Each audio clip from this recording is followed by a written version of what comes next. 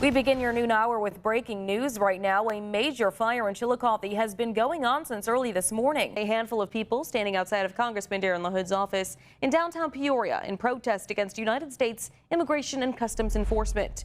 On the second Monday of every month, the Marshall County Peacemakers rally outside of LaHood's office in protest. New this morning, a Peoria man who was arrested in Texas has returned to Illinois to face first-degree murder charges. 27-year-old Mikhail Williams facing one count of first-degree murder in connection to the death of 34-year-old Arlen Bermudez Castellon. A judge sentenced a Peoria teen to 10 years behind bars in connection to a shooting. Here are some of this morning's national headlines. New details are emerging about the case against the man charged with murder. The fall of the Assad regime led to celebrations from Damascus to downtown Chicago, but it also creates an unstable situation. And more devastation in Syria in the wake of heavy Israeli airstrikes overnight.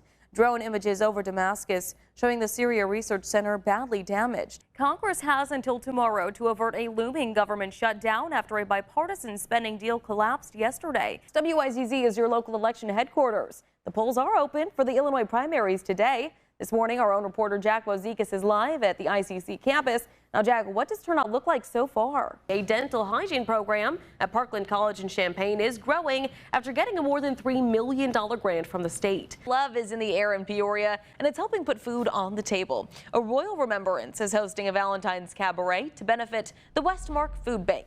It's called Curses or Kisses, Love Me or Leave Me. Best way to deal with grief is in the form of comedy, so you make it work, and it's a fantastic way to do it. But you filmed that special. Now I take everything terrible that happens to me and I go, what's funny about this? Story of my life. I'm here for that. Well, okay, so that special was filmed at the iconic Apollo Theater in Harlem.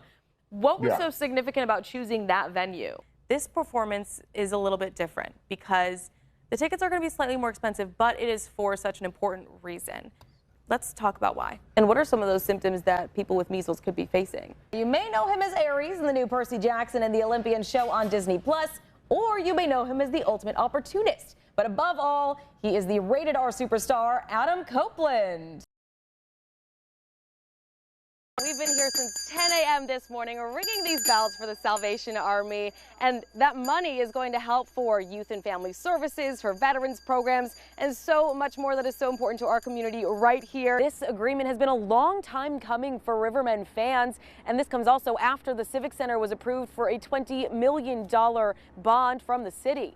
472 young women will be coming to Camp Tapawingo this summer to learn leadership skills, taking care of an animal, and patience. It's skills they'll take with them for the rest of their lives. Two men were injured earlier. One we do know was shot in the head, and the other we don't know the extent of their injuries. Roughly 65,000 mental health calls are made to 911 across America every single day. In addition, 16 to 20,000 calls are made to 988 daily. It's a number that's grown by 80% since the Suicide and Crisis Lifeline was created in July of 2022. Right here in Peoria, in the last year, we responded to over 250 calls for service, and we served over 130 clients. Created in November of 2024, the $5.9 million in grants was given from the Illinois Criminal Justice Authority. Those funds now held by the Peoria Police Department. As our first shift co-responder, I start my morning at 6:45 at roll call with the first shift police officers. So it allows us to touch base, see who's on duty, communicate about a client if we need to. When needed, they get activated by radio. Showing up to the scene, they evaluate the requirements of every situation. Be able to create that connection and give them that emotional support, help them rebuild their life into what they want is the most important thing that we do.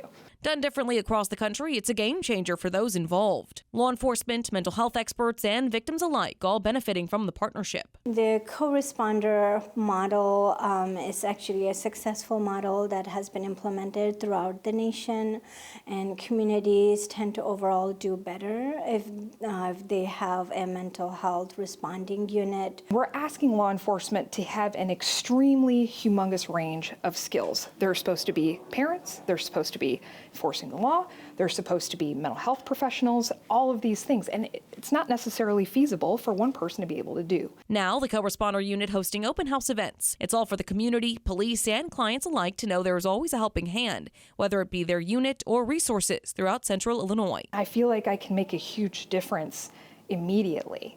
And that you don't get anywhere else. In Peoria, Sheridan Hurtig, WMBD News. For every wish we're able to grant, there's another child with critical illness waiting for theirs. That's what Make-A-Wish does, and it's impacted lives right here in central Illinois. William Lutz is a 5-year-old boy who was born with transposition of the great arteries. It's a condition where his aorta and pulmonary artery were switched in location. To fix the condition, he had open heart surgery soon after birth. And from that point on, he had some complications and kind of a slow process of getting better. He had some airway issues and some other things going on that made his recovery process a little bit more difficult. Doctors told William's parents, Teresa and Mike Lutz, about his condition when she was pregnant. Shortly after he received open heart surgery, Make-A-Wish contacted them. That's when his journey started, and he decided that he wanted to go to Disney World. Make-A-Wish confirmed plans in 2020, right before COVID-19 hit. He was 3 at the time. Once the world opened back up, the wish came true in October of 2022. We were very excited when we found out that that would happen, just because I would say almost weekly he would say, am I going to get my wish? Am I going to get to go to Disney World? And I would say yes, yes, and I would, just was hopeful that that really would happen. And once it did come true, Make-A-Wish had the process solidified perfectly. They really made it very seamless, I feel like. They really tried to watch out for us. We had a good plan in getting there. As for William, what was it like being at Disney World? Amazing. What was your favorite part? Tower of Terror. now it's a memory they all carry fondly. After the trip, Make-A-Wish gave the family a Give Kids the World pass to allow them free or reduced entry into museums and amusement parks around the country. William just finished his first season of soccer and his future outlook is positive. But the journey doesn't stop there because everybody can make an impact on a child's life who's struggling with critical illness. By donating to Make-A-Wish or taking steps physically at the Walk for Wishes on October 15th at Donovan Park. To sign up, just go to the Make-A-Wish website. In Peoria, Sheridan Hurtig, WMBD News.